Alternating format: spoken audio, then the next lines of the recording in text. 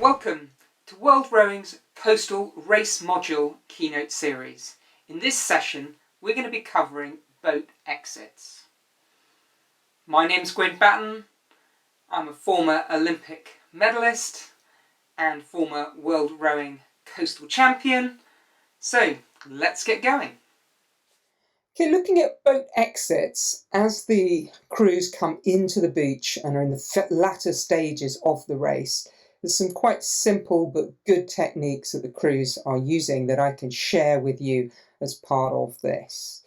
So as the athletes approach the beach, they've got to navigate through the surf zone and arrive onto the sand. And as you look over your shoulder at your arrival zone, it's quite a chaotic picture, and it can be quite daunting, as this picture shows. And can you locate, the question I ask you is, can you locate the lane flag? Because it's the lane flag that you're trying to arrive at. But let's look at the exit of the boat, and this technique is for both the endurance, for a beach finish for the endurance, and for beach sprint. Primarily, this is the model that you would use in the double and the single scull. And you can see here in picture A, up at the top left-hand corner, you can see the bows are touching down into the sand and the feet are freed. And you can see here in picture B, where the athlete is swinging their legs around through 90 degrees, so they're pivoting on the seat. Okay. In picture C, the foot is planted onto the sand and the weight is transferred onto the feet. And that final twist of the last 90 degrees happens as the athlete stands up and starts accelerating and running round the lane flag up to the finish line. So let's have a little look. I've got a video lined up which we could watch. This is from the 2019 World Rowing Beach Sprint Finals in Shenzhen, and it's one of the heats of the Coastal Men's Solo. So let's have a little look at it. So you can see both athletes coming in now, and the Chinese in the near lane is in the lead at this stage, just riding over the top of a wave there. The boat beaches, the athlete plants their feet, weight onto their feet, and then just a casual run up to the finish line. Really nice and simple, and the boat handlers are picking the boat out of the water and depositing it ready for the next but one crew to take action. So let's have a little look at that. It's as simple as bows touch down, legs swing around by pivoting on the seat, double foot plant with weight transfer onto the feet, and then a final twist of the body as the athlete stands and starts running. Now, what's quite interesting is, if you look at the development of the exit over the last few years, as different crews have taken it up, there's been a difference between how quads have approached the exit than the solos and the doubles. So really, you can see bow stows his oars, turns to face the beach. What's really important is he keeps his weight in the centre line of the boat, not to upset the balance. And usually just before touchdown, he or she pushes off and lands onto shallow water or into the edge of the water and runs up over the finish line. You can see a great example here from the from the Spanish sculler as the boat touches down. Let's have a little look. We've got another race which we can show you. Again, this is from the 2019 World Rowing Beach Sprint Finals from Shenzhen. Have a little look as we go through this video and look at how Bao is making sure that his awareness of where the boat is and how far it is off the shore is absolutely locked in. There's a great exit, and definitely one to consider using for the future. So let's watch the video. Let's get it run through. So the crew are coming in here.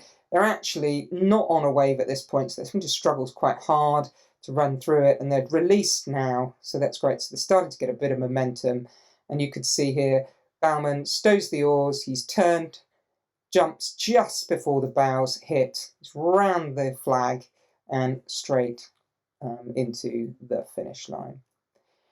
Great, so really nice textbook finish. If we look, if we go a little bit further back, if you see the Hong Kong bowman, you can see here, so he's got himself ready, to get out. Now he's there on the back end of a wave, so there's going to be a bit of a jolt. So you can see there's less of a jump, and he just puts his legs over the side of the boat, so there's no risk of him collapsing under the strain as he lands onto the beach. So two really nice examples of how to exit in a quad scull. So let's look at some athletes who haven't been able to deliver it quite as well. And I think one of the big challenges is maintaining balance after the foot plant. So you can see here 3 different examples of athletes not quite getting that the amount of power needed out of their legs as they hit the sand. Let's look at some other common mistakes coming in. This one's from Shenzhen, actually. The top one here is where the bowman in a double scull has exited the boat too early into deep water, and the boat is starting to run over him. There's also another one example here of athletes not being able to match the speed of the waves. So you can see here a crew coming in, they're going slower than the wave break, so they're struggling to maintain directional stability, and in this instant the crew, the boat broached and then subsequently capsized.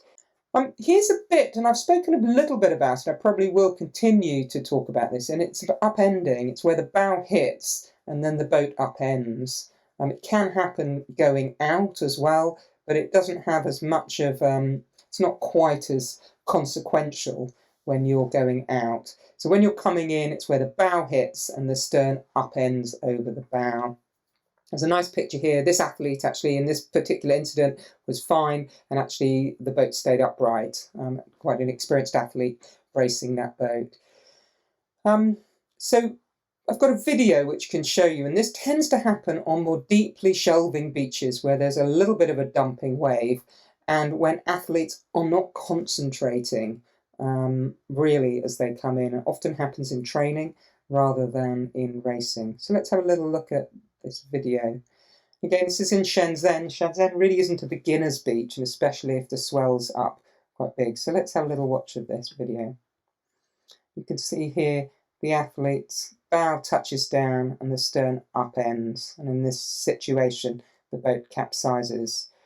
So let's have a little go back at that start here, and this is the bit that we need to look at. See, if the crew were going faster than the wave, they would be able to potentially be able to row out of it, but I'm not, by this stage I actually think it's too late because the bows are almost too deep in the water.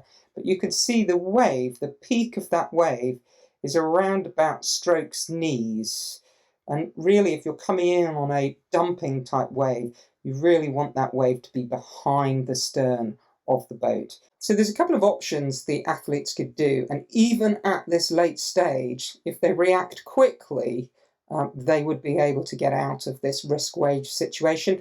They've got 2 options really, is to outrow the wave, get ahead of the wave and bring the boat back to its horizontal running side, and allows the fin to provide the directional stability of the boat rather than the bow doing the steering. Or they need to get off the wave. Okay, so they need to get behind it, and they stall their speed of their boat and allow the wave to pass through them. Okay, so again, as I explained to you when we were talking about entries, it's really important that as you train your athletes, you train them for different wave heights and different types of beaches. And again, the one I'm showing here on the left is a more shallowly, gently sloping beach, which tends to have a spilling waves.